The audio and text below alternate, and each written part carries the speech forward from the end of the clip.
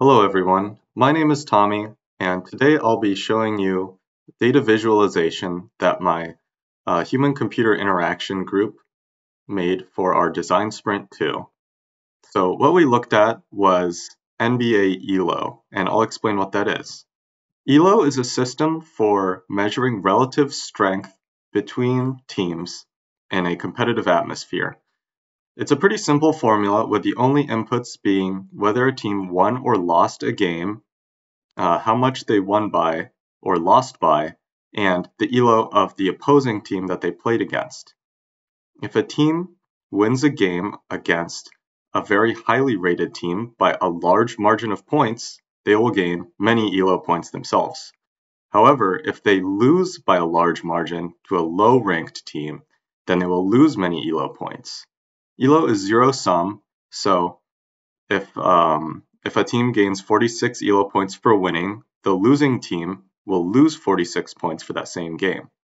So, under this data, our group decided to make these visualizations. First, let's cover the ones for analysis.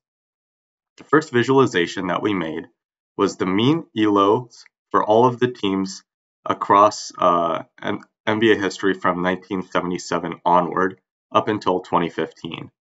So this is quite jumbled, so we actually created a system where you can choose the franchise you want to look at and see their ELO over time. For example, let's look at one of the most famous teams in NBA history. Let's look at the Bulls. Of course, captained by Michael Jordan in the 1990s, they had very consistently high ELO.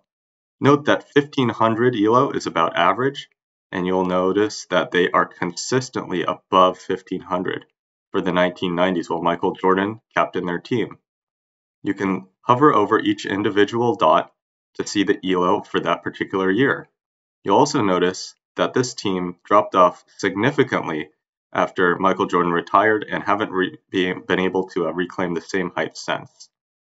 Let's also look at another team, such as the San Antonio Spurs, who during the 2000s were the model of consistency and made the playoffs for 20 straight seasons. You can see their consistently high ELO here.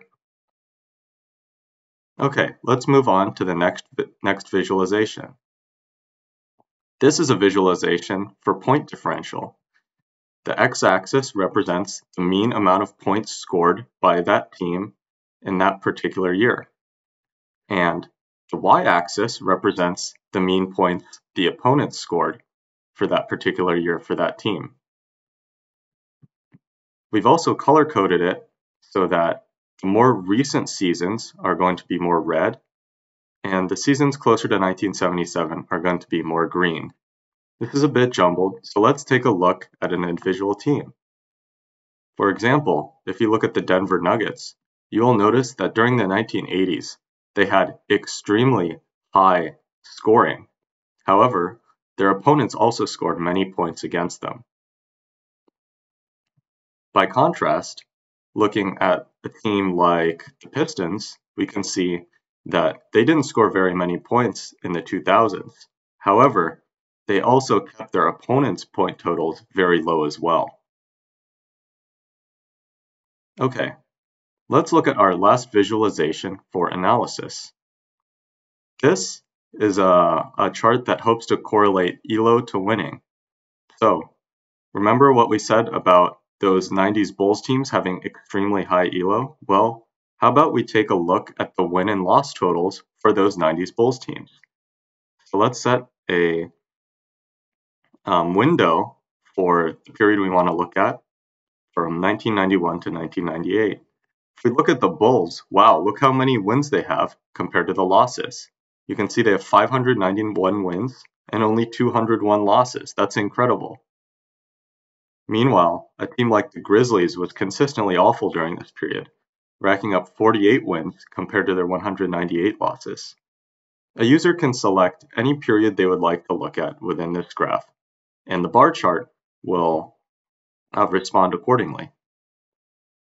Okay, now let's move on to the visualizations for persuasion.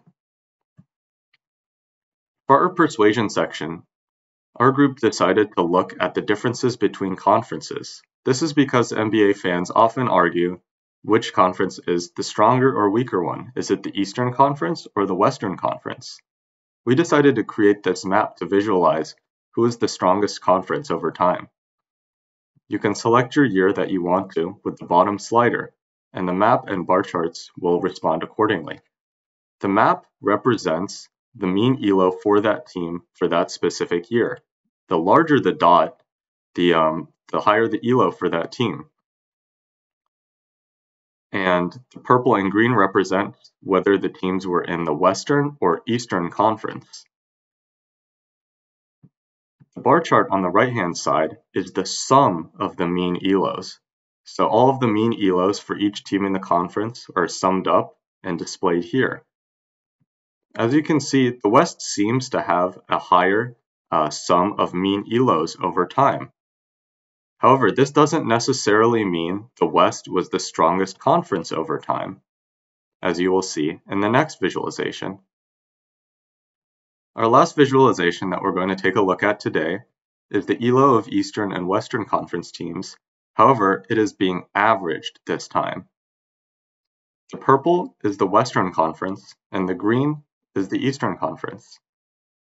As you can see, the East has consistently higher mean average of ELO values over the years from 2000 to 2016. This contrasts with what we saw in our map up here, where the Western Conference seemed to have a higher sum of mean ELOs. However, if we average it, it tells a much different story.